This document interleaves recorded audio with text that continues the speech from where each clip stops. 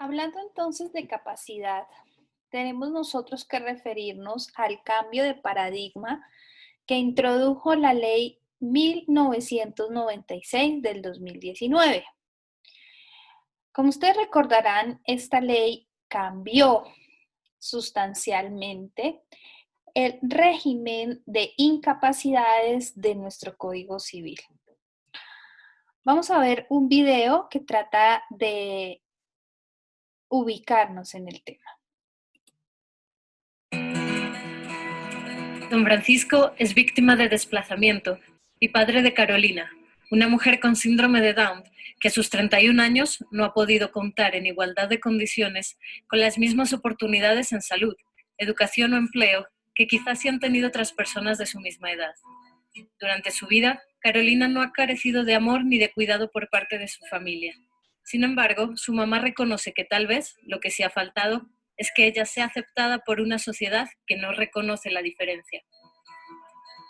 Justamente para dar ese espacio tanto a Carolina como a los más de 1.000 millones de personas con discapacidad, incluidas las personas con discapacidad víctimas del conflicto armado, representantes de 86 países y líderes con discapacidad trabajaron durante meses para presentar la Convención sobre los Derechos de las Personas con Discapacidad a finales de 2006 en la sede de las Naciones Unidas. Las personas con discapacidad víctimas son aquellas que, además de haber sufrido algún hecho victimizante, presentan una diversidad funcional de tipo física, sensorial, intelectual, mental o múltiple, que al interactuar en la sociedad encuentran barreras que los excluyen en el ejercicio de sus derechos. ¿Para qué sirve esta convención? La convención es un acuerdo entre muchos países que dice qué debe hacer cada Estado para que las personas con discapacidad tengan los mismos derechos que todo el mundo. Con ella se evitaría que se sientan discriminadas o rechazadas de cualquier manera y que los gobiernos se aseguren de dar a las personas con discapacidad todas las oportunidades para que puedan desarrollar su vida libremente y con un proyecto para su futuro. En mayo del 2011, Colombia se convirtió en el país número 100 del mundo en ratificar la convención.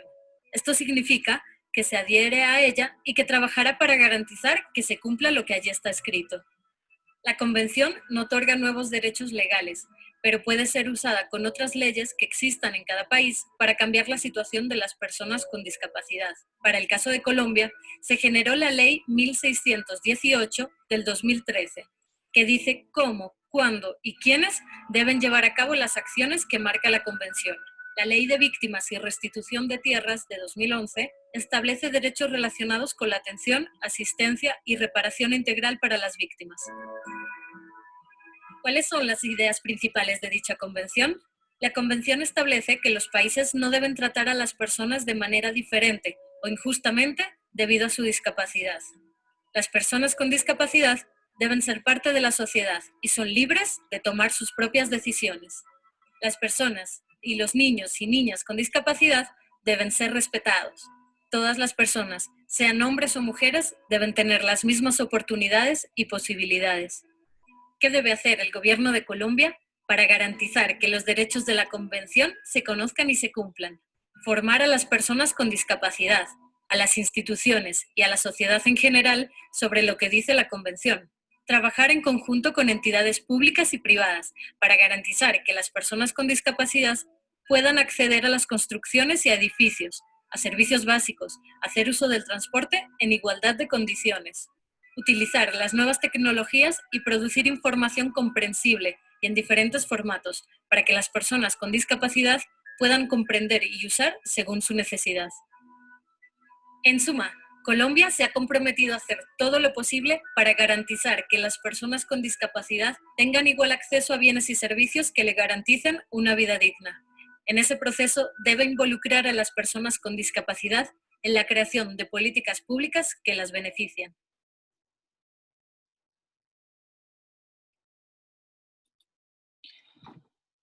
Como pudimos escuchar anteriormente, eso implica que el gobierno nacional, al haber ratificado esta convención e introducida al ordenamiento jurídico, adquirió una serie de normas de carácter internacional que es su obligación cumplir. Entonces, de acuerdo a ello, vamos a utilizar este material realizadas por el doctor Haroldo Wilson Quirós Monsalvo, actual magistrado de la Sala de Casación Civil de la Honorable Corte Suprema de Justicia, quien realizó este trabajo con el fin de poder entender un poco más en qué consiste ese cambio de paradigma de la ley 1996 del 2019. Entonces, ¿cuál era el estado del arte? Tenemos entonces que a través de la Declaración Universal de Derechos Humanos, en su artículo 2, había una prohibición de discriminación por cualquier índole. La Convención Americana sobre Derechos Humanos también prohibía la misma situación. La Declaración de los Derechos del Deficiente Mental estatuía que el deficiente mental debe gozar hasta el máximo grado de viabilidad de los mismos derechos que los demás seres humanos. La Convención 159 sobre la readaptación profesional y el empleo de personas inválidas también promovía la integración y la reintegración. La Convención Interamericana para la Eliminación de todas las formas de discriminación eliminaba discriminación y propiciaba la integración de las personas con discapacidad. Ese era el marco que teníamos nosotros jurídico internacional. Sin embargo, a través de varias jurisprudencias de la Corte Constitucional, como ustedes la pueden ver, la C-223 del 2014, la T-850 del 2014, la C-066 del 2013, la C-401 del 2013, la C-293 del 2010, entre otras. Estudió la condición de la persona en condición de discapacidad frente a la inclusión en el lenguaje, a la educación, a la voluntad anticipada y a la exequibilidad de la Convención Interamericana y de la Convención de la ONU. Asimismo, la Corte Suprema de Justicia, en varias sentencias del 5 de septiembre del 2019 y del 9 de noviembre del 2017, en la primera hubo una interrupción de procesos de interdicción en curso y la segunda la protección de las personas con discapacidad. Aquí encontramos algunas otras fuentes, algunos libros interesantes frente al tema, de algunas publicaciones. ¿Cuál fue el trámite de esta ley? Su exposición de motivos empezó en el 2017. La primera ponencia se dio en el año 2019. Su trámite legislativo inició en el 2018 hasta finalizar con la ley emitida en el 2019. Hubo una conciliación frente a algunos artículos aprobados en Cámara y Senado en el 2019. ¿Cuáles son los desafíos sustanciales? El objetivo de la ley, como bien lo expone en su primer artículo, es la eliminación de la incapacidad por el concepto de discapacidad, que son dos conceptos bien diferentes. Porque recuerden que el concepto de incapacidad desde el punto de vista jurídico es la imposibilidad que tiene la persona de poder contraer derechos y ejercer sus derechos y contraer sus obligaciones de forma autónoma. Mientras que la palabra discapacidad refiere a una condición especial que, como vimos y escuchamos en el video, puede ser porque tiene alguna deficiencia desde el punto de vista físico, social, intelectual, pero eso no de suyo excluye a la persona, no excluye a la persona.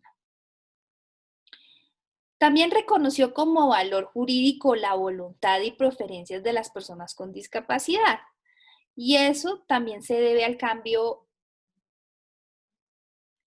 de concepto.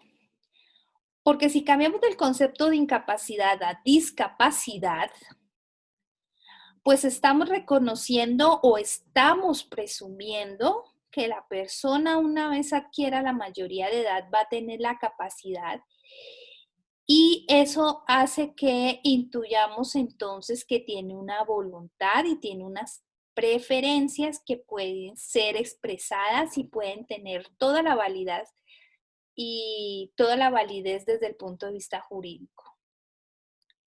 Dejó en manos de las personas con discapacidad la toma de decisiones que los afecten, porque como ya no se considera una persona incapaz, contrario census, se presume que es una persona con todas sus facultades, pues entonces no hay necesidad de que un tercero tome las decisiones por estas personas. Se ve la discapacidad ya no desde el punto de vista médico, por eso es que ya no se ve la discapacidad como pacientes, o mejor, las personas en condición de discapacidad ya no son pacientes porque la discapacidad no se considera desde el punto de vista médico, sino que se considera como una población dentro de la sociedad y que como tal es sujeto de plenos derechos. ¿Qué regula la ley? ¿Qué deroga y qué deja vigente? Esta es una gran pregunta porque aunque la ley 1996 del 2019 va a haber un cambio de paradigma, eso no quiere decir que de suyo la anterior ley que regulaba los aspectos de las personas en condición de discapacidad, que era la ley 1306 del 2009, haya sido derogado en su totalidad. Entonces, ¿qué va a regular la nueva ley? La ley del 2019 regula la capacidad de las personas discapacitadas mayores de edad, las cuales, como les he repetido en múltiples ocasiones, la ley presumirá que una vez adquieran la mayoría de edad, estas personas van a tener capacidad de ejercicio, como cualquier otro ser humano que adquiere la mayoría de edad. ¿Qué deroga? Deroga conceptos como la interdicción de las personas con discapacidad, y de suyo, como deroga ese concepto de interdicción, es decir, de no poder no poder tomar decisiones autónomamente, el régimen de guardas para mayores de edad también va a variar, porque ese régimen de guardas ya no hablaremos entonces de las mismas personas que ejercían esa interdicción, sino que hablaremos ahora de otros conceptos que los concretaremos más adelante. ¿Qué queda vigente entonces de la ley 1306 del 2009? La representación de los menores de 18 años, que va a continuar tal cual. Por eso, cuando ustedes revisen con las notas de vigencia la ley 1306 del 2009, encontrarán todavía las curadurías. No va a cambiar el régimen de guardas de los menores de 18 años, que son los curadores. La administración de bienes del ausente y de la herencia yacente. Estas tres circunstancias son las que van a mantener vigencia frente a la ley del 2009. ¿Qué modelo inspiró esta ley? Bueno, como les decía, la discapacidad se vio desde tres puntos de vista. Se vio desde el punto de vista de la rehabilitación, y es cuando se considera a la persona en condición de discapacidad como un paciente, es decir, como si la discapacidad fuera o tuviera alguna posibilidad de tratamiento médico. Por eso se habla de un modelo rehabilitador que busca esa, entre comillas, normalización de esta persona en condición de discapacidad. Sin embargo, esto ha sido totalmente reevaluado. Muchas personas en condición de discapacidad no necesitan ningún tipo de normalización.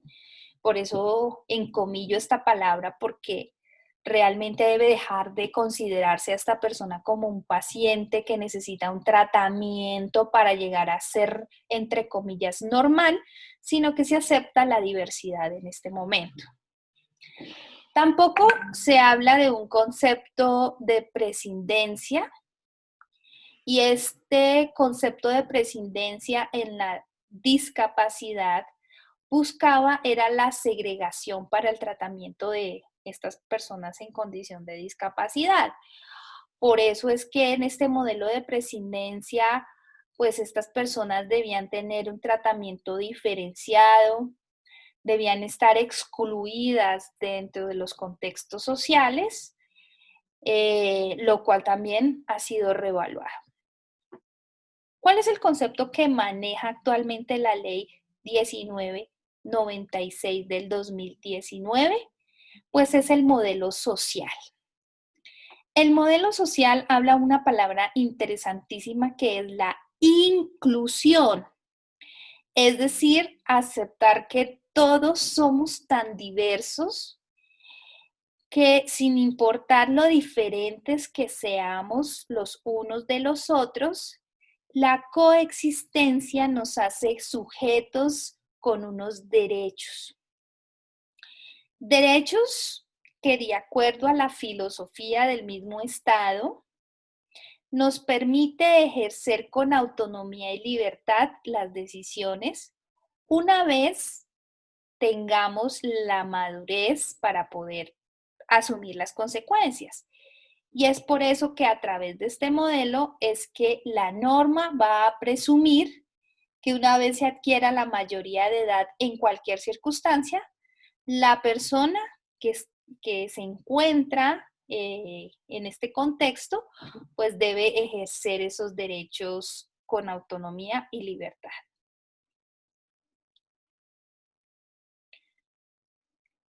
La gran pregunta del siglo, y si ¿son capaces las personas con discapacidad? La respuesta es sí. Como vimos en el video anterior, la capacidad en el Código Civil se divide en esa capacidad de goce y en la capacidad de ejercicio. Lo que quiere decir que la persona en condición de discapacidad, desde que nace, hay un desprendimiento de la madre y hay una sobrevivencia tan siquiera un instante, hasta el momento de su fallecimiento, esta persona gozará de capacidad de goce. Y que además, una vez adquiera la mayoría de edad, la persona en condición de discapacidad va a tener capacidad de ejercicio.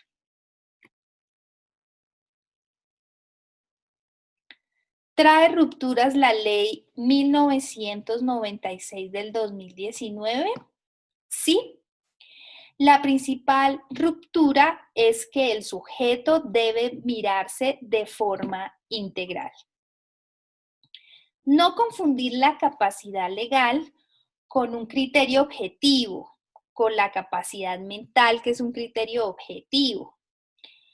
Porque recuerden que la capacidad legal cuenta con una presunción legal. Ese lo convierte en el criterio objetivo. Y esa capacidad mental estará sujeto a factores del sujeto. Asimismo, la presunción general de capacidad en favor de las personas con discapacidad es lo que hemos venido repitiendo a lo largo de esta presentación. Entonces, como se presume que las personas en condición de discapacidad son capaces al llegar a la mayoría de edad. La pregunta es, ¿se acabó la representación legal de las personas con discapacidad? Y la respuesta lógica es que sí. Se pasa de la representación legal a una figura que podemos llegar a utilizar cualquiera de nosotros, que es el apoyo en la toma de decisiones. ¿Quién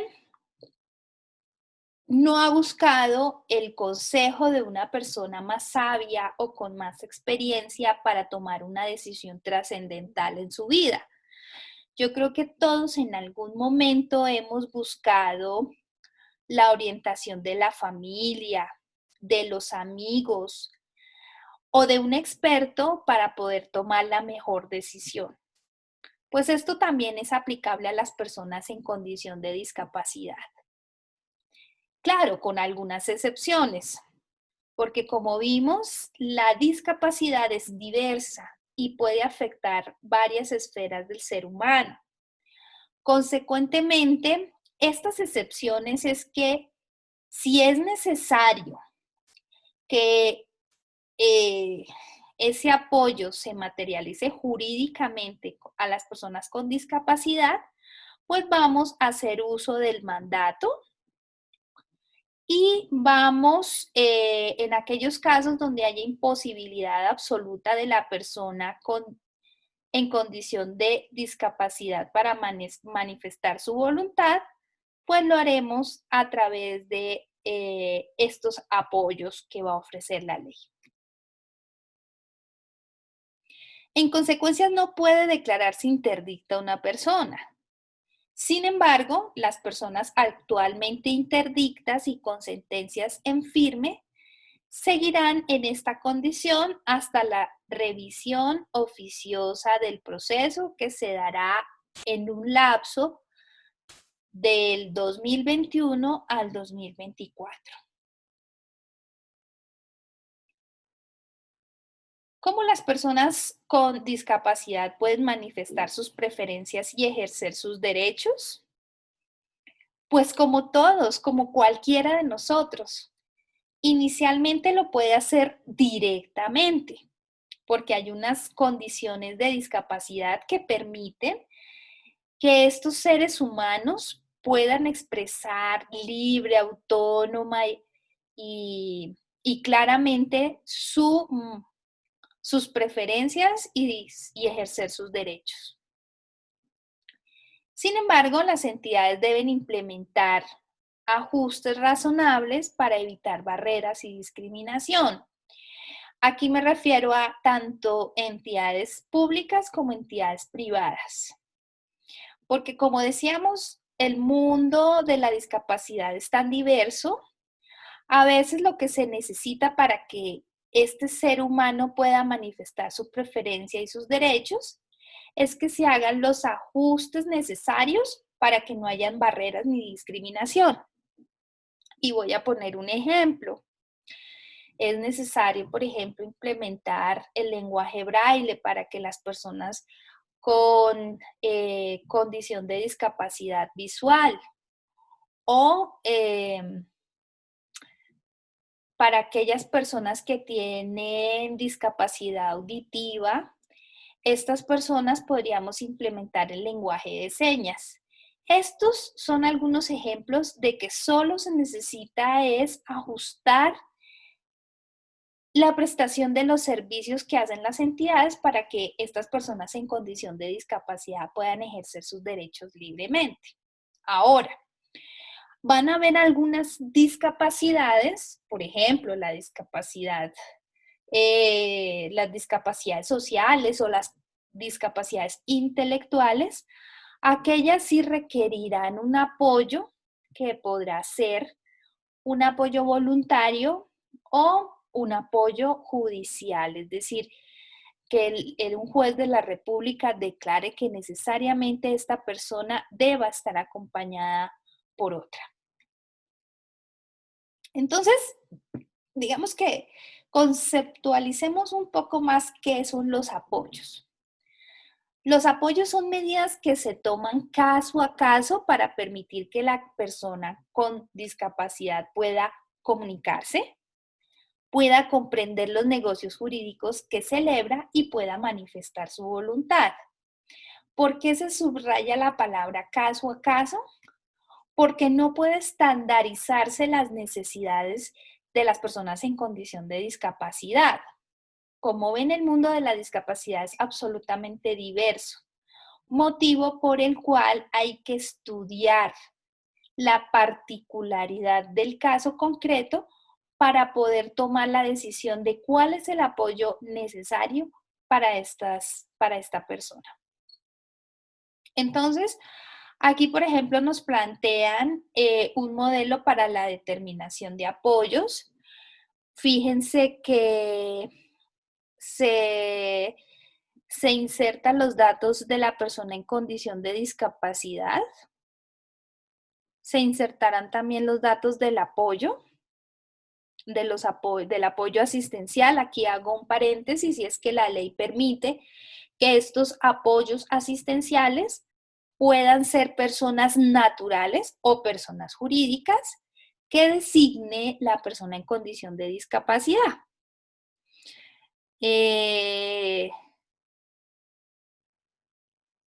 Entonces, como ven, es un modelo bien interesante.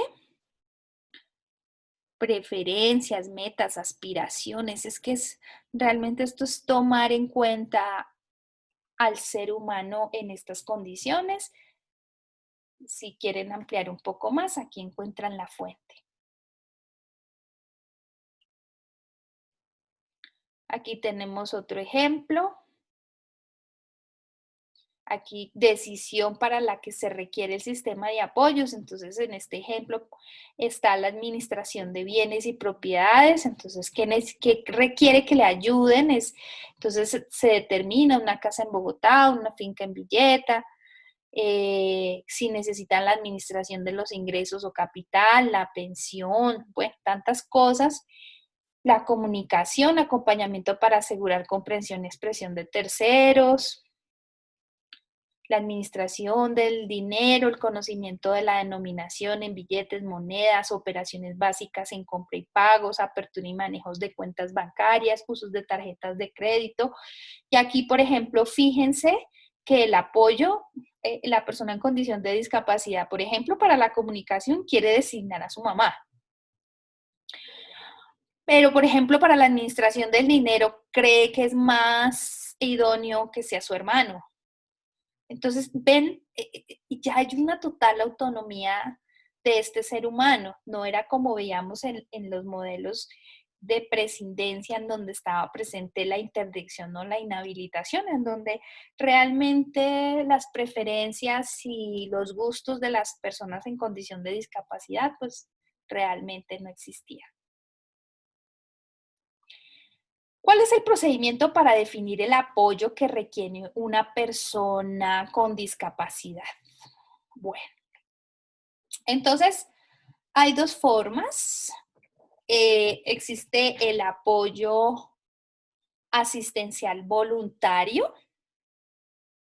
Este apoyo asistencial voluntario se hará a través de los centros de conciliación que cuentan con conciliadores que cuentan con la formación idónea para llevar a cabo estas llamadas directivas anticipadas. Porque estas directivas anticipadas van a corresponder a que antes de que se necesite realmente el apoyo, la persona en condición de discapacidad puede determinar quién o quiénes, personas naturales o jurídicas, van a ayudarlo a tomar esas decisiones. Esto se plasmará en un acta de conciliación. Pero también existe la posibilidad de que ese apoyo asistencial sea impuesto. Eso es lo excepcional. La regla general va a ser que sea a través de la voluntad de la persona con discapacidad, que lo pueda hacer a través de las directivas anticipadas o a través de la escritura pública. Claro, porque recuerden que Los notarios tienen función de conciliadores por ley. Lo excepcional será el proceso judicial en donde intervendrá un juez de familia y mirando las circunstancias particulares designará cuál es el apoyo idóneo para esta persona con esta condición de discapacidad. Debe acudirse, ¿a qué debe acudirse para determinar las medidas de apoyo? Bueno, lo primero es que ahora para poder determinar estas medidas de apoyo, va a existir un estudio interdisciplinario. Lo realizarán entidades privadas autorizadas o públicas. Entre ellas encontramos la Defensoría del Pueblo, las gobernaciones y las alcaldías. Esto es importante porque serán estas entidades públicas quienes tendrán dispuestos unos funcionarios especiales, sobre todo en las alcaldías, por ejemplo, adscritos a la Secretaría de Gobierno, lo mismo que en las gobernaciones, pues la Defensoría del Pueblo tendrá su dependencia definida para este tema de discapacidad, con el fin de que se pueda determinar la medida de apoyo. ¿Pueden decidir autónomamente las personas con discapacidad? Sí. ¿Pero sobre qué? Bueno, sobre negocios jurídicos. Podrá realizar esos negocios jurídicos. Sobre aspectos médicos, tratamientos, medicamentos, etcétera. Sobre situaciones personales, la escogencia de sus amigos, de su novio, novia, etcétera. Y sus situaciones familiares, como poder pedir alimentos, la herencia, etcétera. ¿Puede celebrar negocios jurídicos sin un representante? Sí. La persona en condición de discapacidad puede celebrar negocios jurídicos sin la asistencia de nadie, siempre que pueda manifestar su voluntad y preferencias. Porque aquí vamos a tener en cuenta que para que el negocio jurídico sea válido no solamente va a bastar la capacidad, que es lo que estamos mirando el primer elemento, sino también el consentimiento, y ese consentimiento debe expresarse. Por eso es que esa manifestación de voluntad debe poderla realizar el sujeto que se obliga. Si no puede, entonces podrá hacer uso del apoyo para lograr la comunicación o para que pueda ser mucho más fácil comprender su preferencia o su voluntad. Entonces, esto nos lleva a concluir que la autodeterminación, el derecho a equivocarse, eso hace parte del libre desarrollo de la personalidad, es decir, de esa posibilidad de verdad de autogobernarse, de tomar sus decisiones y lo más importante que trae la autodeterminación, el derecho a equivocarse y el libre desarrollo de la personalidad es a que una vez que tomemos decisiones, seamos capaces de asumir las consecuencias de las mismas. Bueno, esta es una pregunta importante y que mucha gente se realice. Dice, ¿y qué sucede si una persona en estado de coma no puede expresar sus preferencias? En este caso se tendrá en cuenta el artículo 4, numeral 3 de la misma ley, en donde se va a tener en cuenta la trayectoria de vida, la información de personas de confianza y la historia conocida para poder llegar a inferir cuál es la preferencia de esta persona. ¿Pueden las personas con discapacidad decidir sobre aspectos personales, familiares y médicos? Como les decía, sí lo va a poder hacer. Ese super principio que también está en la parte inicial de la norma, que es la autodeterminación, y lo va a poder hacer a través de las voluntades anticipadas. Entonces, precisemos, ¿qué es una voluntad anticipada? Es una declaración previa de voluntad, por eso se llama anticipada, en previsión de la eventual incapacidad del declarante. Ejemplo, un estado de coma irreversible, condición terminal, en el cual va a consignar pautas y o indicaciones referentes a temas médicos, personales y jurídicos. Se materializa por medio de las directivas anticipadas. ¿Qué son entonces las directrices anticipadas? Entonces, una declaración de voluntad de la persona mayor de edad. Debe hacerse por escritura pública o acta de conciliación. Puede recaer sobre asuntos de salud, financieros, personales o familiares y son de carácter vinculante siempre y cuando no afecten el ordenamiento jurídico. ¿Existe en el ordenamiento jurídico colombiano regulación sobre la voluntad anticipada? Sí. En temas médicos encontramos la ley 1733 del 2014, en donde dice que toda persona mayor de 14 años, sana o en estado de enfermedad, para manifestar su voluntad sobre tratamientos médicos, medicamentos y disposición de donar o no sus órganos. ¿Qué debe contener el documento de voluntad anticipada? O lo que ya vimos nosotros aquí, las directrices de voluntad anticipada en el tema de salud.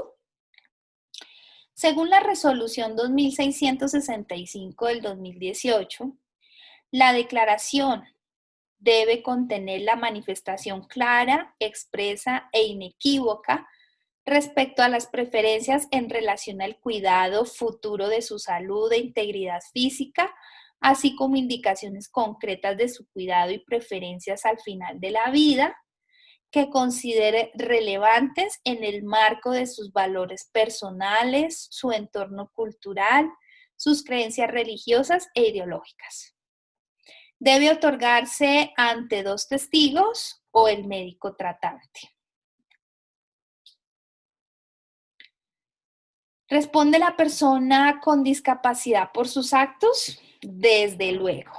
Si toma decisiones, asume consecuencias. En este caso, esas consecuencias pueden ser de dos formas, extracontractualmente. En este caso, el artículo 60 de la misma ley que modifica el artículo 2346 del Código Civil nos trae entonces las consecuencias jurídicas frente a esa toma de decisión que realiza la persona en condición de discapacidad. Entonces, como vamos a ver, esa asunción de responsabilidad lo que va a permitir es a que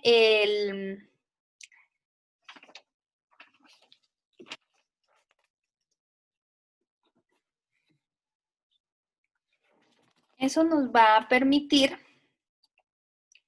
que esta personita pueda llegar a asumir todas y cada una de las consecuencias de sus actos desde el punto de vista jurídico.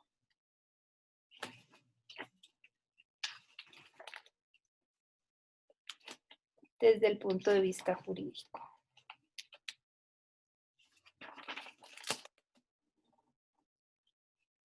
Entonces, este artículo 2346 nos hablaba de quién podía responder por los actos extracontractualmente.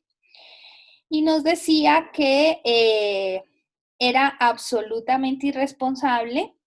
Los menores de 12 años no son capaces de cometer delito o culpa.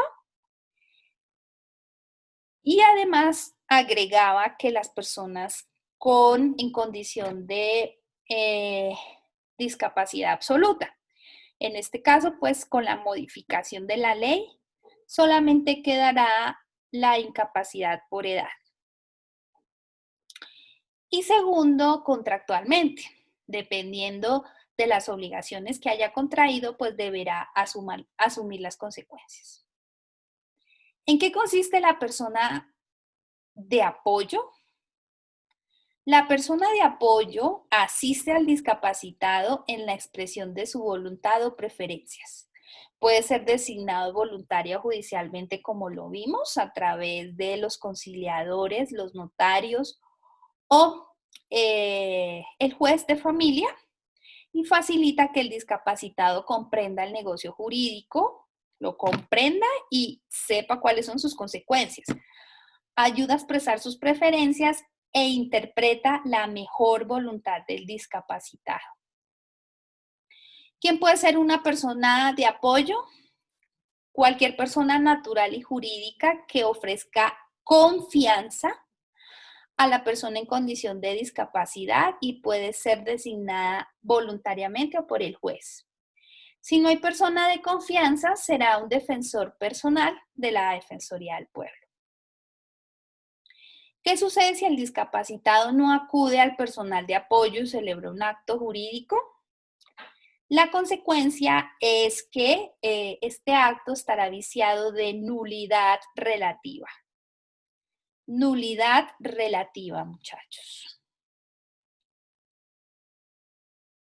¿Son nulos los actos de liberalidad efectuados por un tercero en favor de la persona en condición de discapacidad? Depende.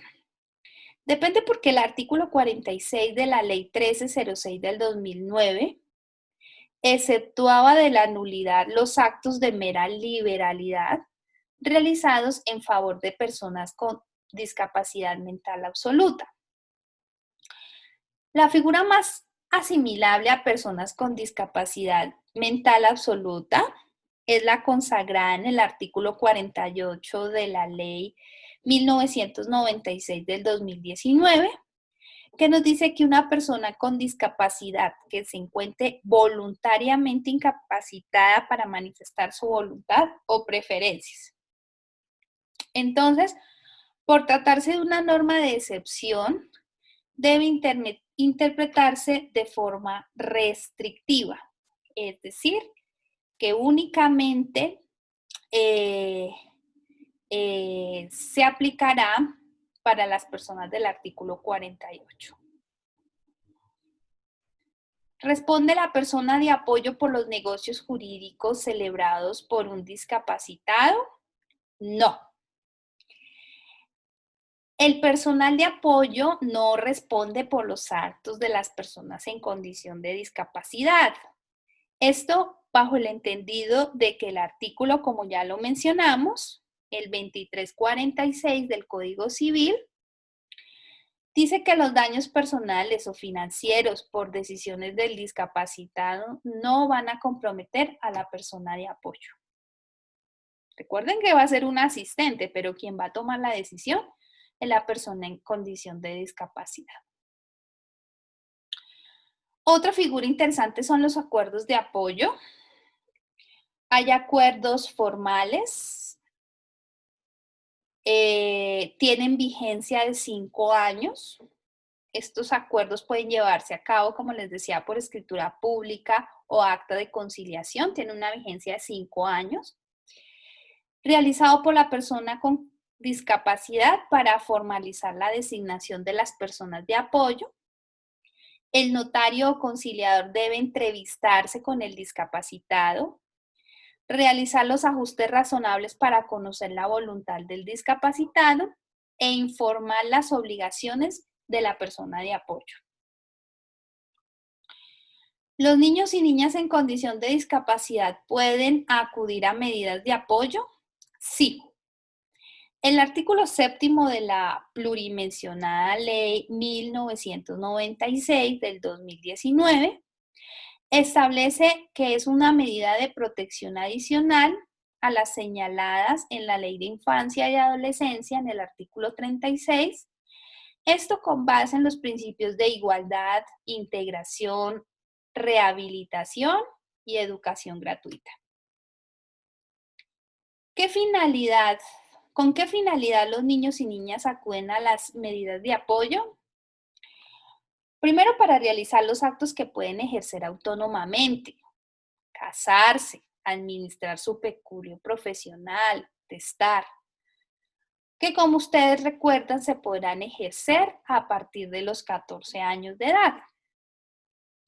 También pueden ejercer su autonomía progresiva, expresarse frente a los actos que los puedan afectar y facilitar el digno ejercicio de la patria potestad en concordancia con la responsabilidad parental del artículo 14 de la Ley de Infancia y Adolescencia. La patria potestad, como ese conjunto de derechos y obligaciones que tienen los padres frente a los hijos, no los faculta para anular la autodeterminación y la voluntad de sus hijos. ¿Es compatible la curaduría de adolescente emancipado con las medidas de apoyo? Sí. Las medidas de apoyo no reemplazan al curador, quien conserva sus obligaciones. Recuerden por ahí una diapositiva anterior que nos hablaba que esa era una de las situaciones que se mantenían incólumes en la Ley 1306 del 2009. Las medidas de apoyo sí facilitan que se ejerza el menor de edad sus derechos para permitir las actuaciones del curador. El personal de apoyo no podrá representar al menor por estar facultado en cabeza del curador. Es decir, que podrá coexistir tanto la curaduría como cualquier apoyo que necesite. ¿Cuáles son los desafíos reales de esta norma? Primero, que las personas en condición de discapacidad que fueron declaradas interdictas o inhábiles a través de la Ley 1306 del 2009 tendrán que asumir algunas circunstancias. Lo primero es que los procesos finalizados de interdicción o inhabilitación se adelantará una revisión obligatoria.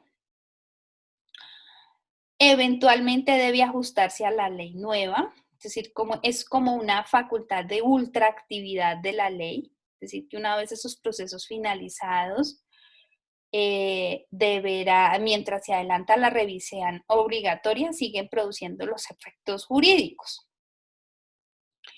Los procesos en cursos de interdicción o inhabilitación se suspenderán y se podrá proponer algunas medidas cautelares. Esta es como un efecto de retrospectividad de la ley. Y los procesos nuevos, es decir, los procesos que se están tratando de intentar en este momento de interdicción o inhabilitación con base en la Ley 1306 del 2009, no se pueden iniciar, salvo que se relacionen con la ejecución de decisiones adoptadas previamente, y este es el efecto general inmediato de la ley. Se puede iniciar nuevos procesos para lograr la interdicción de una persona en condición de discapacidad mayor de edad, como lo decíamos anteriormente, como efecto inmediato de la ley. No, hay una prohibición expresa en el artículo 53. ¿Qué sucede con los procesos de interdicción concluidos con sentencia en firme? Como les decía, si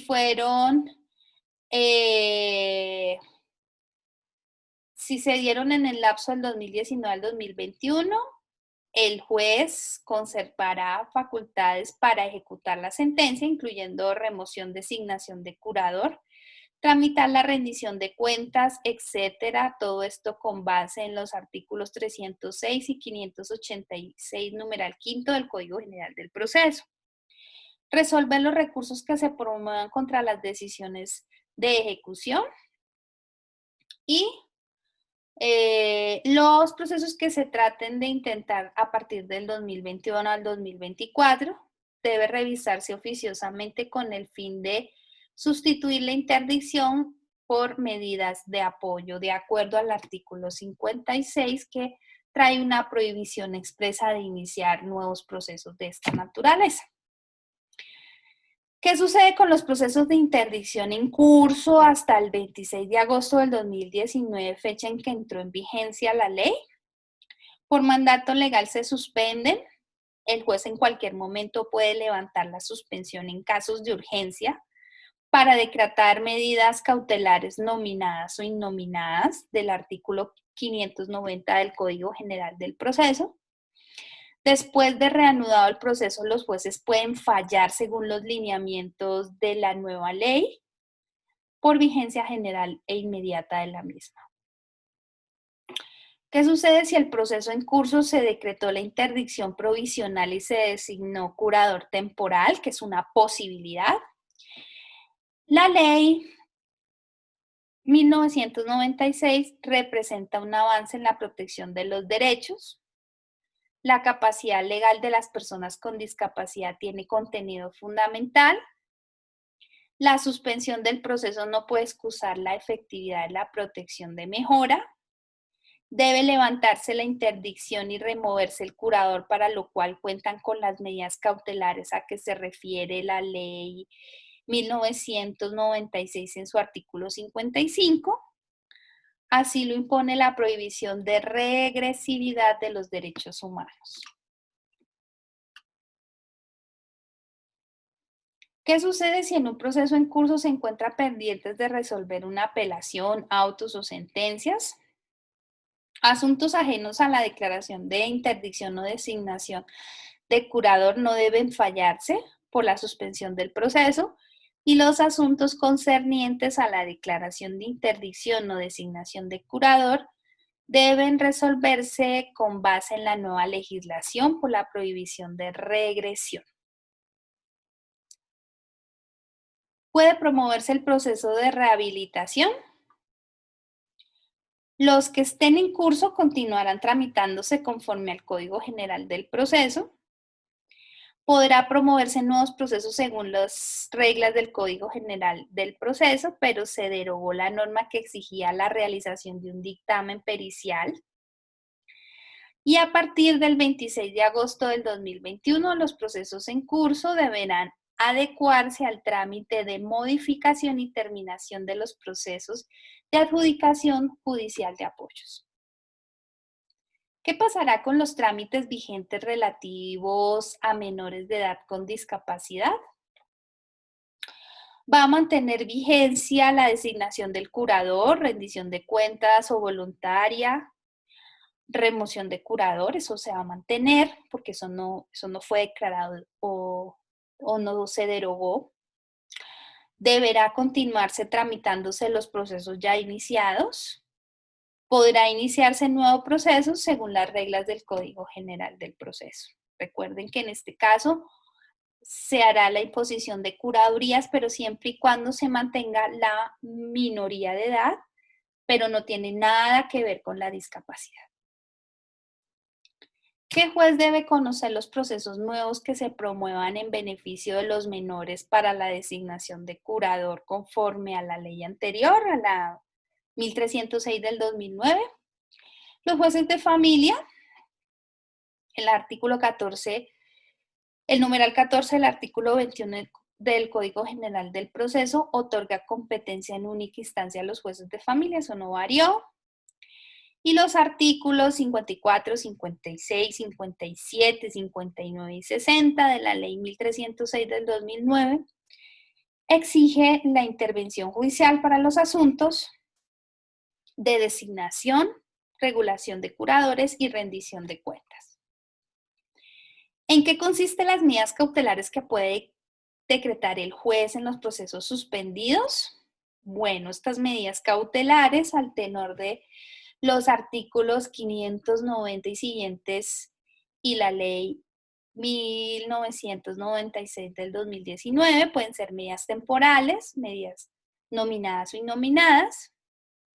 Existe libertad probatoria para establecerla y su finalidad siempre va a ser proteger a la persona con discapacidad, garantizar el disfrute y los derechos patrimoniales del mismo.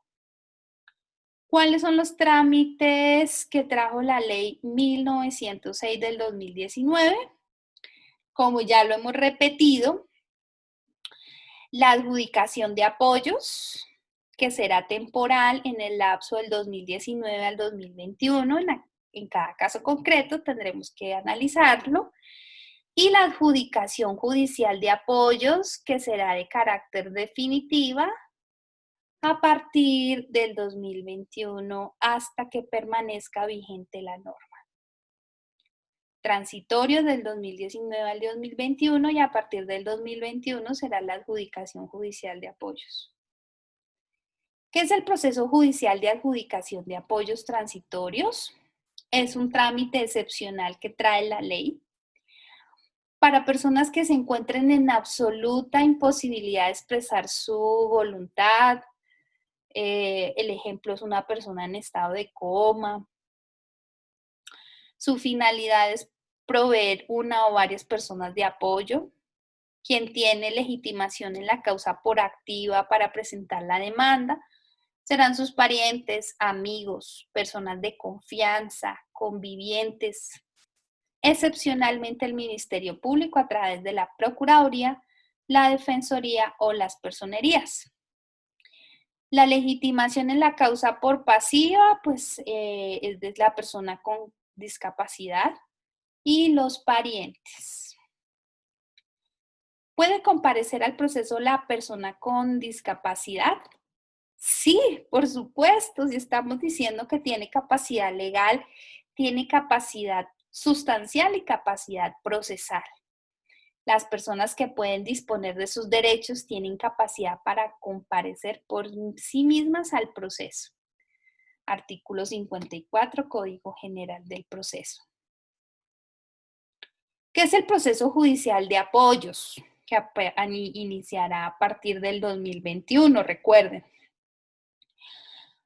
Este será un trámite que por iniciativa de la persona en condición de discapacidad, si es voluntario,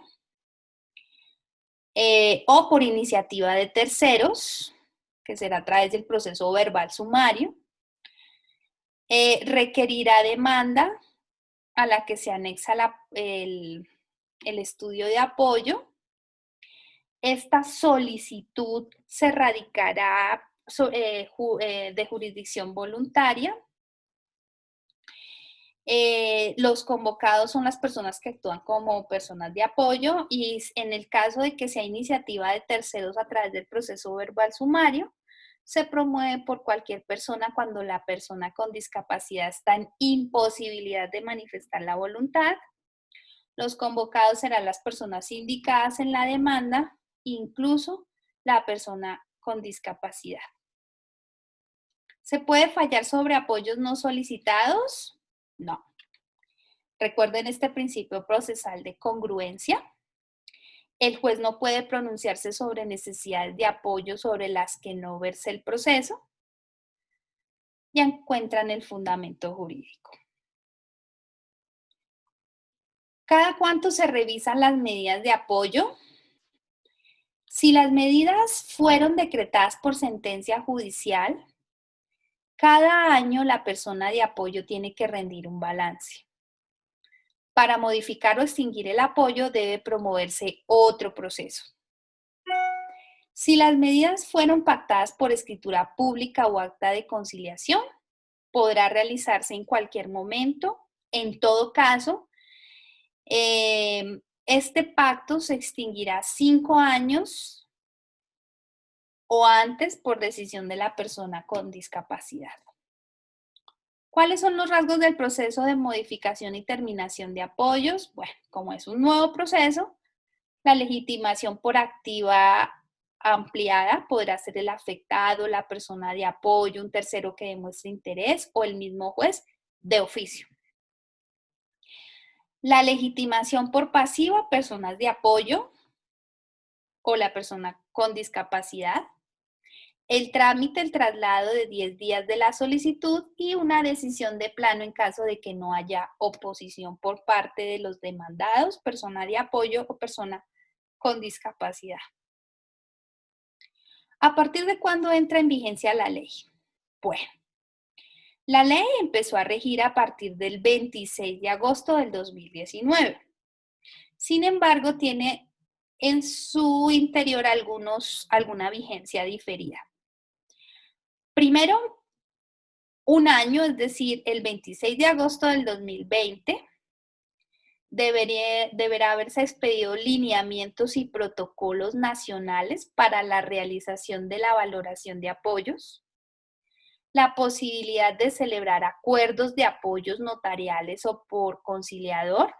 Para este caso, el Ministerio de Justicia está realizando una serie de capacitaciones a los conciliadores, notarios o conciliadores de instituciones diferentes.